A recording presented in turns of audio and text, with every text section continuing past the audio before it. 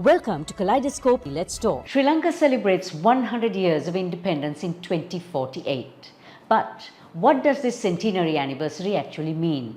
What does it mean for the children of today who will be at those celebrations? Asanka de Mel, who we all know as the man who revolutionized the sarong and made it a fashion statement with his brand Lovi, put aside his design eye and focused instead on looking into a crystal ball to see Sri Lanka in 2048. What came out was a book and a film. And he's on Kaleidoscope Let's Talk today to take us into the future.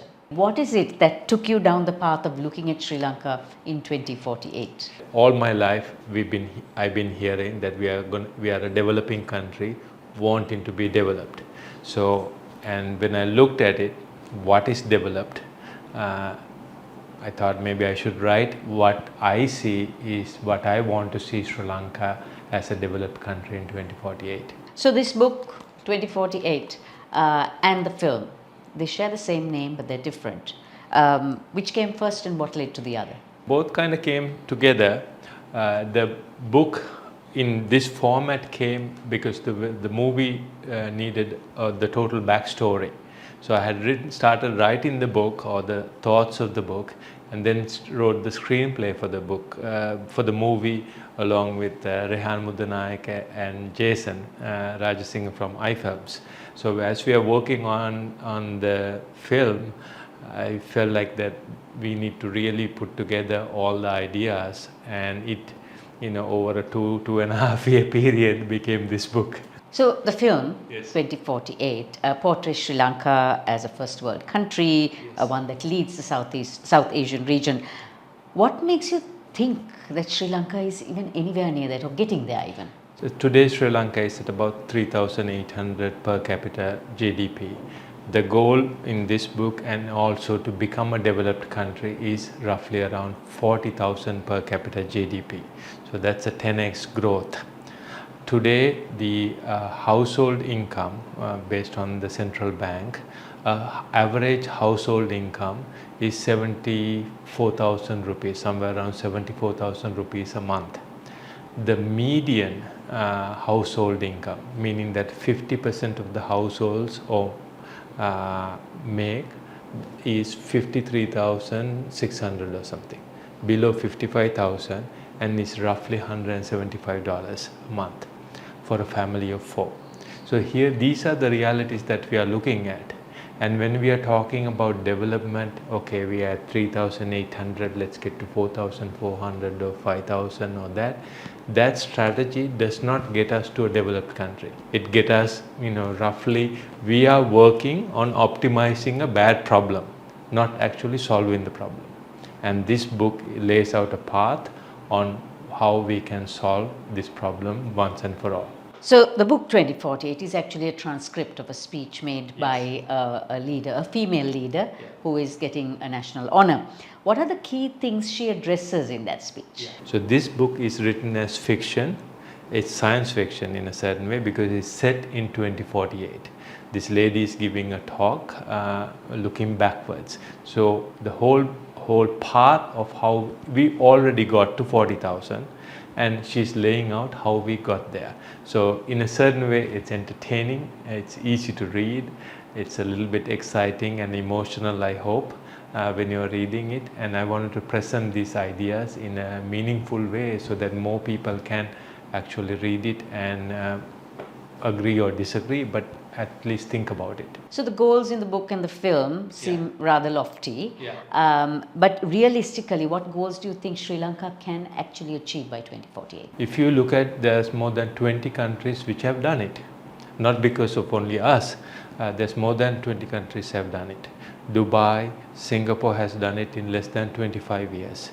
South Korea, Japan, China with a massive population. It's not totally developed, but more than 600 million people.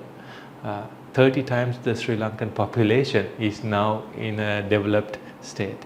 India is going through this transformation, nearly adding 400 million people over the last 20 years into a developed country state, even though they have a fair amount of, that's 25% of the population, but still. So a country like ours, where the base, the the infrastructure is so good. We have the entire country covered in roads, entire country almost covered in digital access. We have relatively high literacy. People speak English almost throughout the country. We have very clear natural borders. We are in the most strategic place in the Indian Ocean. I'm sure you're going to ask me then what has prevented us? Is that we have never demanded it. There is no plan that has been presented where we are at 40,000. We are at 3,800, so let's get to 4,000. Let's get to 4,200. Let's get to. It never gets you to that. We don't build the skills or the ability or the infrastructure that is needed to essentially become a developed country. And that is the challenge. And nobody is telling this. No, I have not seen some serious conversation about it. And the purpose of this one is to get our young generation, who's anybody below 40, who's going to inherit this mess in 2048, to seriously think about it and demand their political leaders, economic leaders, corporate leaders to take action. Do you see Sri Lanka having the astute leadership needed to get there? Absolutely. We are not physically very different DNA-wise or any other way. In fact, if you take Sri Lankans, when they go to Australia or Canada or US or Japan or any other country, they flourish. They are actually at the top of the game. We have 70 NASA scientists, from a small country. We are one of the biggest countries that are donating to the open source community in technology. So in a certain way, there is no lack of difference capacity-wise. But the environment we have created is not nourishing us to get there. So it's not a leadership issue. It's wanting, first of all, what is the vision, what is the goal. If you don't set a goal, the strategy and the tactics are defined by the goal you set. And the leaders that you need to grow to that will already emerge. So the film centers around climate emergencies. Yes. What were the thoughts behind that? Do you remember the unfortunate tsunami? Did you know that we had more than 8 hours of warning between the time the actual earthquake happened and the wave came to Sri Lanka? Right. So in 8 hours we took no action. There is no debate about the fact that the climate is warming. There is maybe debate as to the causes of it, but there's no debate about its warming. So with knowing all of this, with more than 50 years of advance warning, right, are we just going to stay and let our children be washed away? These emergencies require planning and preparation and actually action over a long period of time. These are easy things to manage if you plan over a long period of time. Sri Lanka is one of the most vulnerable countries when it comes to climate emergencies. Knowing this fact, do you think we are actually able to, or are we prepared for climate emergencies? I think there's a lot of good groundwork is being done by various agencies as well as government agencies.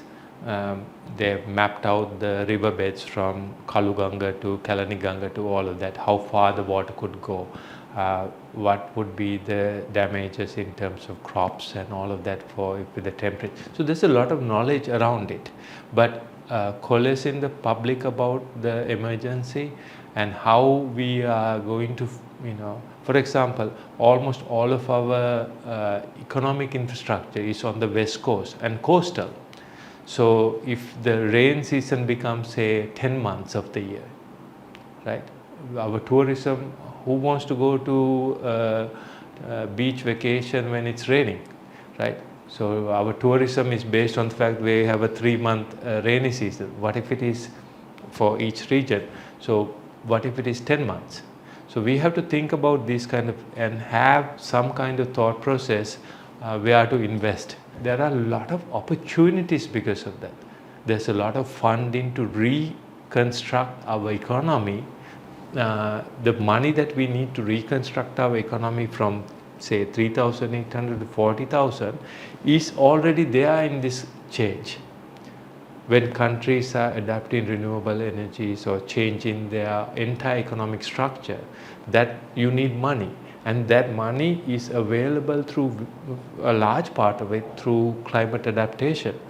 So we can use that funding to essentially bootstrap and rocket boost ourselves. What would be your ideal Sri Lanka in a post 100-year independence world? I would see that it is a developed country with that at a minimum in today's dollar value 40,000 per capita GDP. Our minimum incomes are quite high, so that people actually are living meaningful lives. We are in harmony with our nature and our environment. Our children will want to live here and not necessarily have to leave here, and I hope that becomes the truth. Thank you so much, and here's to hoping that Sri Lanka will be. Let's make it happen. Did you know that Kaleidoscope is on YouTube, Facebook, Instagram, and LinkedIn? And remember to subscribe, follow, and like us for more.